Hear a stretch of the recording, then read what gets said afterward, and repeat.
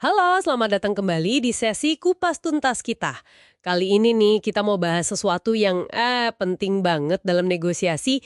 Ada satu prinsip kunci dari sumber yang kita pegang, kenapa sebaiknya kita itu jangan pernah langsung bilang iya sama tawaran pertama yang datang. Sumbernya ini buku soal negosiasi gitu deh kayaknya buat jadi jagoan negosiasi. Nah, misi kita sekarang ya ini, kita bedah prinsip ini, kenapa sih begitu? Terus gimana ini bisa relevan buat Anda semua ya di kerjaan atau mungkin urusan pribadi. Oke deh, mari kita bongkar ini. Ya, ini memang salah satu aturan dasar lah ya dalam negosiasi. Meskipun kadang rasanya agak susah ya, apalagi kalau tawaran itu udah kita tunggu-tunggu banget gitu.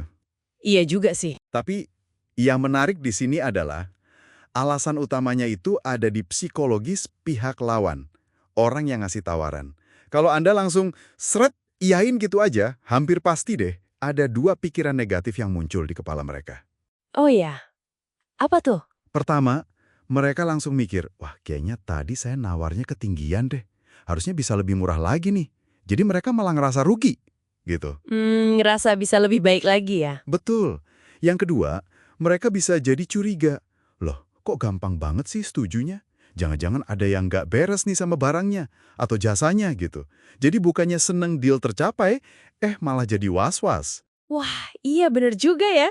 Jadi ini bukan cuma soal kita dapat harga bagus atau enggak, tapi juga soal perasaan si pihak lawan itu sendiri. Tapi gini deh, kalau tawarannya itu kayaknya udah bagus banget nih, apa nggak ada resiko malah, kehilangan kesempatan emas gitu kalau kita coba-coba nggak langsung setuju? Nah, itu pertanyaan bagus. Tentu ada risikonya. Makanya negosiasi itu kan seni ya, bukan ilmu pasti. Kuncinya itu bukan berarti harus selalu ngolak mentah-mentah atau langsung tawar balik yang, wah, rendah banget. Oke. Bisa jadi cukup dengan, ya nggak langsung mengiyakan detik itu juga. Kasih jeda sedikit, tunjukin kalau Anda lagi mikir, lagi mempertimbangkan. Mungkin tanya sesuatu buat klarifikasi. Kayak gimana tuh contohnya? Ya, sekedar bilang, oke, menarik tawarannya, saya pikirkan sebentar ya.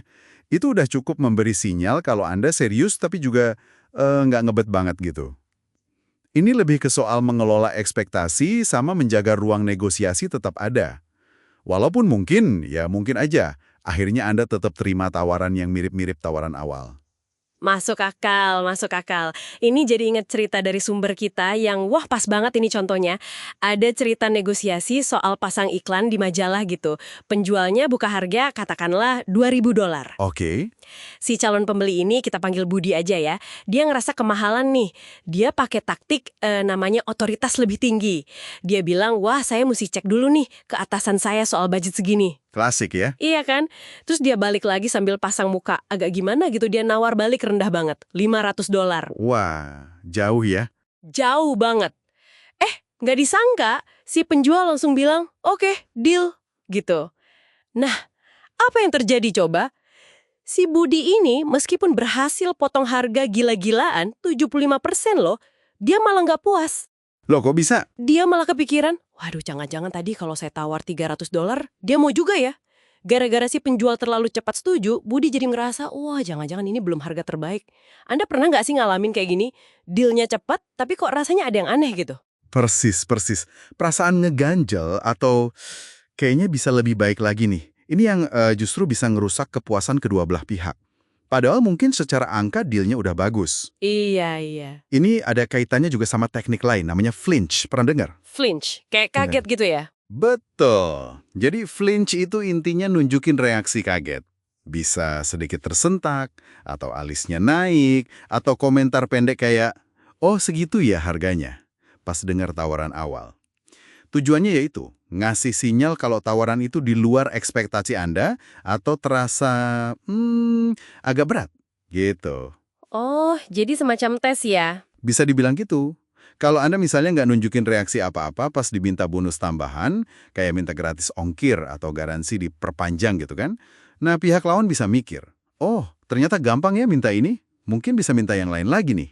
Jadi, kalau kita hubungkan ini ke gambaran yang lebih besar ya, menolak tawaran pertama atau paling nggak bereaksi terhadapnya, itu langkah awal buat menguji kedalaman air lah istilahnya, membangun dinamika negosiasi. Oke, oke. Ini soal ngelola persepsi dan memastikan pihak lain juga merasa mereka itu udah berjuang buat dapat kesepakatan yang bagus. Kalau mereka ngerasa dapatnya gampang banget, ya mereka nggak akan puas. Oke, jadi prosesnya itu penting ya, biar semua merasa win. Prinsip ini sebenarnya bisa dipakai di mana-mana loh ya. Misalnya, pas mau tukar tambah mobil lama Anda di dealer. Mhm. Kalau mereka kasih tawaran pertama yang rasanya kok rendah banget, ya jangan langsung iya. Coba tanya, apakah ini penawaran final ya? Ada pertimbangan lain gak? Gitu kan? Betul. Atau pas jual rumah, pembelinya minta kunci lebih cepat dari jadwal. Mungkin Anda bisa bilang, wah soal itu saya perlu cek dulu kondisinya, bisa nggak ya? Kasih jeda gitu. Iya, kasih jeda. Bahkan pas beli barang di toko terus minta diskon. Kalau dikasih nih diskonnya jangan langsung oke.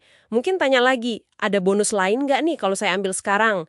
Intinya, tunjukin kalau Anda mikir, nggak sekedar nerima aja. Gimana menurut Anda? Ada cara halus lain nggak sih buat nggak langsung bilang iya? Oh banyak, bisa aja bilang, terima kasih tawarannya, menarik nih. Boleh saya pelajari dulu sebentar? Atau, saya hargai tawarannya, tapi saya perlu diskusi dulu sama partner saya. Nah ini mirip otoritas lebih tinggi tadi, padahal mungkin partnernya nggak ada. Haha, iya juga ya. Kuncinya itu ya menciptakan sedikit jeda, menunjukkan bahwa keputusan ini tuh perlu pertimbangan, bukan sesuatu yang, bisa langsung disetujui gitu aja. Ini juga ngasih kesan kalau tawaran Anda itu berharga. Bener banget. Jadi nggak harus selalu jadi alat gitu ya negosiasinya, yang penting ada prosesnya. Betul sekali. Jadi kesimpulan utamanya gini, hindari bilang iya pada tawaran pertama. Bukan semata-mata biar dapat deal lebih murah atau lebih baik secara angka ya, tapi lebih ke arah ngelola psikologi negosiasi itu sendiri. Psikologinya ya. Iya, langsung setuju itu bisa bikin pihak lawan nyesel atau curiga. Dan Anda sendiri juga mungkin kehilangan kesempatan dapat hasil yang lebih optimal, plus kepuasan bersamanya itu loh. Ini bukan soal menang kalah, tapi soal mencapai hasil yang dirasa adil dan memuaskan oleh semua pihak yang terlibat. Gitu intinya. Sip, sip. Jelas banget. Tentu saja ya, ini cuma satu potongan kecil aja dari dunia negosiasi yang luas banget kan. Jadi apa artinya semua ini buat kita? Ya artinya, pas negosiasi, memahami isi kepala dan perasaan orang di seberang meja itu sama pentingnya loh sama memahami angka dan syarat yang tertulis. Setuju. Misalnya rasa puas secara psikologis pihak lawan yang sering Anda lupakan pas negosiasi. Dan kira-kira gimana ya kalau Anda mulai memperhatikan hal itu di negosiasi Anda berikutnya? Bisa ngubah hasil nggak ya? Oke deh, terima kasih sudah menyimak sesi kupas tuntas kita kali ini. Sampai jumpa!